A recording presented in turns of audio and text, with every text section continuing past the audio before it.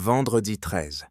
Il suffit souvent de prononcer cette simple date pour que, instantanément, une lourdeur invisible s'abatte sur l'atmosphère. Pour une immense majorité de la population, ces deux mots résonnent comme une sentence, un avertissement gravé dans l'inconscient collectif depuis des siècles. On nous a appris, dès le plus jeune âge, à redouter ce jour, à guetter les signes avant-coureurs d'une catastrophe, à marcher sur la pointe des pieds de peur de réveiller des forces obscures. Cette anxiété, cette appréhension sourde, s'est transmise de génération en génération, tel un héritage empoisonné dont personne n'ose questionner la validité. Les mères le murmuraient à leurs enfants, les anciens hachaient dans la tête avec gravité, et ainsi s'est perpétuée la légende d'un jour maudit. Cependant, ce que l'on a omis de vous dire, ce que les livres d'histoire conventionnels et les superstitions populaires ont soigneusement effacé, c'est que cette peur est un leurre. C'est une immense illusion d'optique, une distraction massive conçue, consciemment ou non, pour détourner votre regard de la réalité profonde de ce moment. Car la peur possède cette capacité singulière et redoutable. Elle monopolise l'attention. Elle fige l'esprit sur le danger potentiel. Elle rétrécit notre champ de vision jusqu'à nous rendre aveugles aux véritables dynamiques à l'œuvre. En focalisant toute votre énergie psychique sur l'évitement du malheur, vous passez sans le savoir à côté d'une puissance colossale qui ne demande qu'à être cueillie. Il est aujourd'hui impératif de changer de perspective et de comprendre la nature réelle de ce jour. Le vendredi 13 n'est pas une anomalie du calendrier destinée à vous nuire. Bien au contraire. C'est une journée qui vibre d'une fréquence tout à fait particulière. Une journée imprégnée d'une énergie subtile, presque souterraine, intimement connectée au cycle lunaire et aux principes féminins de l'univers. Même si, dans le ciel physique, la Lune n'est pas dans sa phase pleine ou visible, son influence énergétique atteint un sommet lors de cette conjonction. C'est le moment privilégié de ce qui est caché, de ce qui germe dans le secret, de ce qui se forme dans le silence des profondeurs avant d'éclater à la lumière. C'est le règne de l'intuition sur la logique, du ressenti sur l'analyse, du mystère sur l'évidence. Pour naviguer sans encombre dans les eaux puissantes de cette journée et pour en extraire l'or alchimique, il existe une loi, une règle d'or d'apparence simple, presque banale, mais d'une profondeur abyssale. C'est une clé que très peu d'initiés possèdent et que moins de gens encore savent utiliser avec discernement. Pourtant, c'est cette règle précise qui va déterminer l'issue de votre journée. Soit elle se retournera contre vous, alimentée par vos propres angoisses et les égrégores collectifs, soit elle deviendra un tremplin, un point de bascule vers une transformation personnelle et une manifestation puissante. Mais avant de vous livrer cette clé, il est essentiel de déconstruire le mythe, pierre par pierre. D'où vient cette terreur irrationnelle? Pourquoi des millions d'individus, pourtant rationnels et modernes, ressentent-ils cette crispation physique à l'approche de cette date? Si l'on prend la peine de gratter la surface de l'histoire officielle, on découvre une réalité bien différente des scénarios de films d'horreur. La vérité, c'est que le nombre 13 n'a pas toujours été le paria de la numérologie. Il fut un temps où il était vénéré. Plongeons un instant dans les civilisations anciennes, celles qui vivaient en symbiose avec les rythmes du cosmos. Pour les Mayas, grands gardiens du temps et mathématiciens célestes, le 13 était sacré entre tous. Il représentait les 13 niveaux du ciel, les 13 articulations majeures du corps humain, les 13 tons de la création. C'était le chiffre de l'élévation spirituelle, de la connexion divine. De même, dans l'Égypte antique, le 13 ne symbolisait pas une fin tragique, mais l'étape ultime du voyage de l'âme, la 13e étape de la transformation nécessaire pour accéder à la vie éternelle après la mort physique. Le 13 n'était pas la mort en tant que fin, c'était la métamorphose. C'était le scarabée sacré prenant son envol. La diabolisation du 13 est une invention relativement récente à l'échelle de l'humanité, une construction culturelle née principalement au Moyen Âge et cristallisée par des dogmes religieux et politiques. On nous ressasse l'histoire de la scène, ce dernier repas où 13 convives étaient présents, dont l'un fut un traître. On nous rappelle que la crucifixion a eu lieu un vendredi. On évoque parfois l'arrestation des Templiers, un vendredi 13 octobre. C'est ainsi qu'une narration spécifique, une interprétation parmi tant d'autres, a pris le pas sur la sagesse ancestrale. Une histoire répétée 1000 fois devient une vérité indiscutable pour celui qui l'écoute sans esprit critique. C'est ici que le mécanisme psychologique devient fascinant et qu'il faut le comprendre pour s'en libérer. La malédiction du vendredi 13 ne fonctionne pas parce qu'il y a une force maléfique flottant dans l'air ce jour-là. Elle fonctionne uniquement parce que des millions de personnes y croient simultanément. Imaginez un instant la puissance colossale d'une pensée partagée par une telle masse d'individus à travers le globe. Cela crée ce que l'on pourrait appeler un égrégore, un champ énergétique dense et lourd, nourri par l'attente du pire. Le matin du vendredi 13, une grande partie de l'humanité se réveille avec une seule idée en tête, une anticipation anxieuse. Attention, aujourd'hui, tout peut déraper. Cette pensée n'est pas neutre, elle agit comme un filtre puissant sur la perception de la réalité. Ce n'est pas que le malheur vous cherche spécifiquement, c'est que vous le cherchez, souvent inconsciemment. C'est le principe fondamental de la prophétie autoréalisatrice. Dans une journée ordinaire, nous vivons tous une multitude de micro-événements. Un café renversé, un feu rouge qui dure trop longtemps, une remarque désagréable d'un collègue, mais aussi un rayon de soleil, un sourire dans la rue, une musique agréable à la radio. En temps normal, nous traitons ces informations de manière équilibrée et fluide. Le café renversé est un accident mineur. On éponge et on oublie. Mais le vendredi 13, votre cerveau, conditionné par la peur ambiante, va cataloguer chaque petit incident négatif comme une preuve irréfutable. Voilà, je le savais, c'est la poisse, ça commence. Vous tenez une comptabilité macabre et scrupuleuse de vos échecs et de vos contrariétés. Pendant ce temps, les événements positifs glissent sur vous sans laisser de traces. Votre attention sélective les efface, les gomme, car ils ne correspondent même pas au scénario catastrophe que vous avez écrit dans votre tête dès le réveil. C'est le biais de confirmation dans toute sa splendeur. L'esprit humain ne voit que ce qu'il s'attend à voir. Il ne trouve que ce qu'il cherche. Si vous réglez votre radar intérieur sur la fréquence danger et malchance, vous ne capterez que des signaux de danger et de malchance. Cette tension interne a des conséquences concrètes et physiques.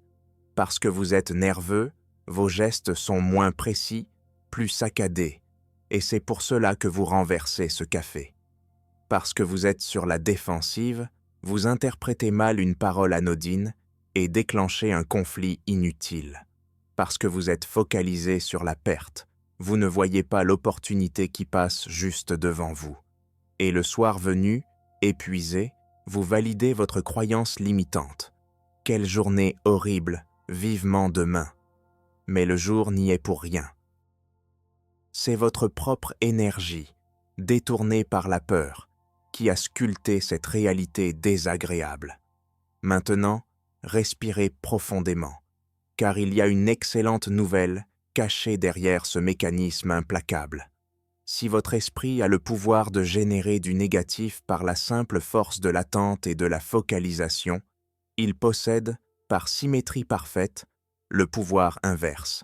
Si vous refusez de vous brancher sur cette radio collective de l'angoisse, si vous décidez consciemment de sortir du rang et de ne pas alimenter cet égrégore, vous pouvez utiliser cette même énergie, ambiante, dense et puissante, pour construire quelque chose de magnifique. Il est temps de regarder le nombre 13 en face, droit dans les yeux, sans le filtre déformant de la superstition médiévale. Pour comprendre sa véritable puissance, il faut d'abord regarder ce qui le précède. Le 12. Le 12 est le nombre de la perfection, de la complétude, du cycle fermé et harmonieux.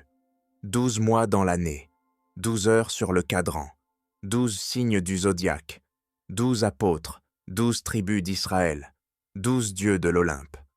Le 12 est rassurant, confortable.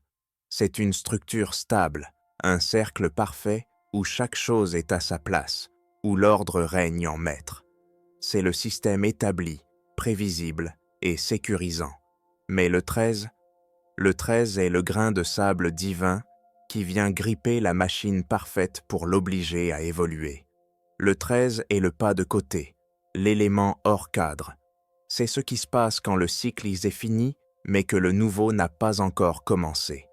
C'est un espace liminal, un entre-deux-mondes, une zone de turbulence nécessaire. C'est le point de rupture indispensable pour que la spirale de la vie continue de monter au lieu de tourner éternellement en rond sur le même plan. L'être humain, par nature, déteste les transitions et les zones de flou. Nous aimons la certitude, le sol ferme, les plans définis. Le moment où l'ancien monde s'effondre et où le nouveau n'est pas encore visible est terrifiant pour l'ego qui cherche le contrôle. C'est le vide, l'inconnu, le chaos primordial. Et c'est précisément ce que représente le 13, l'inconnu incontrôlable. C'est pour cela qu'il fait si peur. Il nous rappelle brutalement que tout ne peut pas être mis en boîte, classé, prévu et maîtrisé. Pourtant, c'est exclusivement dans cet espace de déséquilibre que réside toute possibilité de croissance réelle. Le 12 est la répétition, le 13 est l'évolution, le 12 est la sécurité stagnante, le 13 est la liberté créatrice. Si vous voulez que votre vie change, que vos circonstances évoluent, vous ne pouvez pas rester indéfiniment dans le confort du 12. Vous devez, à un moment donné, oser traverser le territoire sauvage du 13. Considérez cela sous l'angle de la nature. Une année solaire contient 13 lunaisons, et non 12. La lune, symbole éternel de l'intuition, des marées émotionnelles, de la fertilité et de l'inconscient, ne se plie pas aux des règles solaires rigides et mathématiques. Elle suit son propre rythme, celui de la transformation perpétuelle, de la croissance et de la décroissance. Le vendredi 13 est donc une porte grande ouverte vers cette énergie de transmutation. C'est le moment idéal pour mourir à une vieille version de soi-même, obsolète et limitante, et laisser naître la suivante, plus forte et plus alignée. Le féminin sacré, l'intuition, le mystère, la magie naturelle, tout ce qui ne se mesure pas avec une règle ou un chronomètre, tout cela vibre en harmonie avec ce nombre. La peur historique du 13 est aussi en filigrane la peur patriarcale de cette puissance féminine et intuitive que la logique pure ne peut ni comprendre ni dompter. Aujourd'hui, vous avez le choix, un choix conscient. Vous pouvez subir cette journée comme une malédiction, en courbant l'échine en attendant que ça passe, ou vous pouvez la saisir comme une bénédiction déguisée, une opportunité rare. Vous pouvez voir le 13 non comme un chiffre porte-malheur, mais comme le chiffre du passage. Non comme une fin, mais comme un seuil sacré. Alors, comment naviguer concrètement dans cette journée? Comment transformer ce potentiel latent en réalité tangible? C'est ici que nous revenons à la règle dont je vous parlais au début. Une règle d'une simplicité désarmante, presque décevante pour ceux qui cherchent du spectaculaire, mais qui demande une discipline de fer et une conscience aiguë. Cette règle, c'est le silence. En ce jour de vendredi 13, faites vœu de silence intérieur et extérieur. Je ne parle pas nécessairement de mutisme absolu, de ne plus adresser la parole à quiconque, bien que réduire vos paroles au strict nécessaire soit grandement bénéfique. Je parle d'un silence stratégique, d'une rétention d'informations volontaires, d'une protection farouche de votre monde intérieur. Voici comment appliquer cette règle, disséquée en 4 points cruciaux pour votre réussite. Premièrement, gardez vos projets pour vous. Aujourd'hui, plus que jamais, ne parlez pas de ce que vous comptez faire. Ne dévoilez pas vos ambitions, vos rêves en gestation, vos objectifs pour les mois à venir, vos grandes visions. Pourquoi? Parce que la parole est créatrice, mais elle est aussi dissipatrice. Dès l'instant où vous verbalisez un projet qui n'est pas encore concrétisé dans la matière, vous en expulsez l'énergie vitale. Vous le sortez de votre matrice intérieure, chaude et protectrice, pour l'exposer au vent froid et asséchant de l'extérieur. En parlant, vous invitez inévitablement l'opinion d'autrui dans votre sanctuaire. Et aujourd'hui, rappelez-vous, l'atmosphère est chargée de scepticisme et de peur. Il suffira d'un haussement de sourcils, d'un petit rire nerveux, d'une question dubitative. Tu es sûr que c'est une bonne idée en ce moment? Pour que la graine de votre projet soit empoisonnée. Vous sentirez physiquement votre enthousiasme vaciller, votre certitude s'effriter. Ce n'est pas de la magie noire, c'est de la psychologie sociale pure. Le doute est contagieux, viral. En gardant le silence, vous permettez à votre projet de se densifier, de prendre force, consistance et racines à l'intérieur de vous, à l'abri des regards et des jugements. Deuxièmement, ne verbalisez pas vos doutes. Le silence doit aussi s'appliquer rigoureusement à vos propres démons intérieurs. Nous avons tous des peurs, des incertitudes, des zones d'ombre. C'est humain. Mais en ce jour où l'énergie est amplifiée, donner une voix à vos peurs revient à leur donner un corps, une existence autonome. Dire à voix haute « Je ne sais pas si je vais y arriver. J'ai peur de tomber malade. Je sens que ça va mal se passer. » C'est signer un contrat avec cette réalité. En prononçant ces mots, vous les gravez dans le marbre du présent. Vous les solidifiez. Observez vos pensées anxieuses comme des nuages passant dans le ciel. Reconnaissez-les. Acceptez leur présence, mais ne leur offrez pas le souffle de votre voix. Ne les partagez pas lors d'une conversation banale, à la machine à café pour vous soulager. Gardez-les à l'état de pensée flottante, sans les ancrer par le verbe.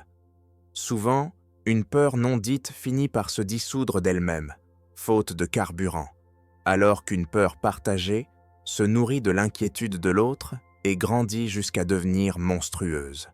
Troisièmement, immunisez-vous contre la peur collective. Vous allez inévitablement croiser aujourd'hui des gens qui vont se plaindre, qui vont prophétiser le malheur, qui vont relayer des histoires sordides ou des statistiques effrayantes liées à cette date. Ne participez pas à ce banquet de la peur. C'est un piège énergétique grossier. Ne cherchez pas non plus à jouer les sauveurs ou les professeurs en essayant de les convaincre qu'ils ont tort. Ce serait une perte d'énergie inutile et épuisante. Contentez-vous de sourire, d'acquiescer poliment par un hochement de tête, et mentalement, faites un pas de côté. Visualisez une bulle de verre ou un bouclier de lumière autour de vous. Imaginez que leurs mots, leurs angoisses, viennent bonny frapper cette paroi transparente et glissent vers le sol comme de l'eau, sans jamais vous toucher, sans jamais pénétrer votre champ. Restez ancré dans votre centre. Observez l'agitation du monde sans vous y mouiller. C'est une forme de détachement souverain. Vous êtes là, présent, mais vous n'êtes pas là-dedans. Vous êtes le rocher au milieu de la rivière tumultueuse. Quatrièmement, ne montrez pas votre jeu. Au-delà des projets d'aide spécifiques, cultivez aujourd'hui une aura de mystère. Ne racontez pas tout de votre vie privée, de vos sentiments du moment, de votre état d'esprit, de vos plans pour le week-end. Soyez un peu insaisissable, flou. Pourquoi? Parce que l'information, c'est de l'énergie. En vous répandant en confidence, en étant un livre ouvert pour n'importe qui, vous diluez votre puissance personnelle. Vous vous éparpillez. Imaginez que vous êtes un récipient contenant un liquide précieux, votre énergie vitale. Si vous êtes fissuré de partout par des paroles incessantes et des confidences inutiles, vous fuyez. Vous vous videz. En vous taisant, en retenant l'information, vous colmatez les brèches. L'énergie monte en vous, elle s'accumule, elle devient dense, magnétique, charismatique. C'est cette densité qui vous donne de la présence et de la force. Le silence n'est pas un vide, c'est une plénitude contenue, une puissance en réserve. Pour bien comprendre viscéralement pourquoi ce silence est vital, utilisons une image naturelle et organique, celle de la graine. Imaginez que vous avez planté une graine précieuse, rare, dans la terre fertile de votre jardin. Cette graine, c'est votre désir le plus cher, votre intention pour l'avenir. Que se passe-t-il ensuite? Rien de visible à l'œil nu. Tout se joue sous la surface, dans l'obscurité totale, dans le froid, l'humidité et le silence absolu de la terre. La graine a impérativement besoin de cette pression, de ce noir, de cette solitude pour activer son potentiel génétique, briser sa coque et lancer ses premières racines fragiles vers les profondeurs. C'est le miracle de la vie qui opère dans le secret. Si, par impatience ou par insécurité, vous grattez la terre chaque jour pour voir si elle pousse, pour vérifier qu'elle est s'il est bien là, pour la montrer à vos voisins, vous allez la tuer. Vous allez exposer ses racines microscopiques et vulnérables à la lumière crue du soleil et à l'air asséchant avant qu'elle ne soit prête à les affronter.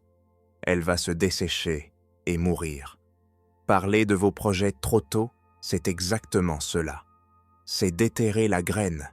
C'est l'exposer à la critique, au doute et au jugement, alors qu'elle n'est de qu'un germe vulnérable sans défense. Le vendredi 13 est cette terre sombre, riche et fertile. C'est le moment sacré de l'incubation. C'est le moment où la magie opère parce que personne ne regarde, parce que tout est calme. C'est dans le secret de ce jour, dans l'intimité de votre silence, que se forge votre force de demain. Combien de rêves ont avorté simplement parce qu'ils ont été racontés à la mauvaise personne au mauvais moment? Combien d'élans créatifs ont été brisés net par un simple commentaire cynique ou une indifférence blessante? Trop, beaucoup trop. Nous connaissons tous cette sensation de vide après avoir trop parlé d'un projet qui nous tenait à cœur. Protégez ce qui naît en vous comme une louve protège ses petits, comme un jardinier protège ses pousses du gel tardif. Le silence est votre bouclier, votre enceinte fortifiée. Alors, en ce vendredi 13, prenez le contre-pied total du monde environnant. Soyez un rebelle de l'âme. Là où les autres s'agitent et courent dans tous les sens, soyez immobiles et centrés. Là où les autres crient leur peur et leurs complaintes, soyez royalement silencieux. Là où les autres cherchent obsessionnellement des signes de catastrophe, cherchez la puissance cachée de la transformation et du renouveau. Là où les autres voient une fin effrayante, voyez un commencement prometteur. Ne cherchez pas à prouver quoi que ce soit à qui que ce soit. Ne cherchez pas à avoir raison dans les débats. Laissez les superstitieux à leur superstition. Laissez les craintifs à leur crainte. Vous connaissez désormais le secret du jeu. Vous avez vu l'envers du décor. Vous savez que ce jour est une porte dérobée vers plus de pouvoir personnel, à la seule condition de savoir se taire et d'observer. Utilisez ces heures précieuses pour clarifier vos intentions, pour affiner vos stratégies intérieures, mais gardez-les précieusement verrouillées dans le coffre-fort de votre cœur. Laissez-les mariner dans cette énergie intense et électrique du vendredi 13. Laissez-les prendre du poids, de la substance, de la texture. Nourrissez-les de votre confiance silencieuse. Et quand le moment sera venu, quand le cycle aura tourné et que votre projet aura percé la surface de la terre par sa propre force, alors, et seulement alors, vous pourrez parler. Et votre parole aura alors le poids, de l'évidence, la force de l'accomplissement, la puissance de la réalité. Rien ni personne ne pourra plus l'ébranler, car les racines seront profondes et solides. Le vendredi 13 n'est pas une menace, c'est un test de maîtrise. C'est une invitation solennelle à plonger en soi plutôt que de se disperser au dehors. C'est l'opportunité unique de transformer le plomb lourd de la peur collective en l'or pur de la puissance individuelle. Vous avez maintenant la connaissance, vous avez la carte du territoire. La clé est dans votre poche, et elle s'appelle silence. La porte est devant vous, ouverte sur le champ des possibles. Taisez-vous, observez, ressentez, devenez puissant, entrez.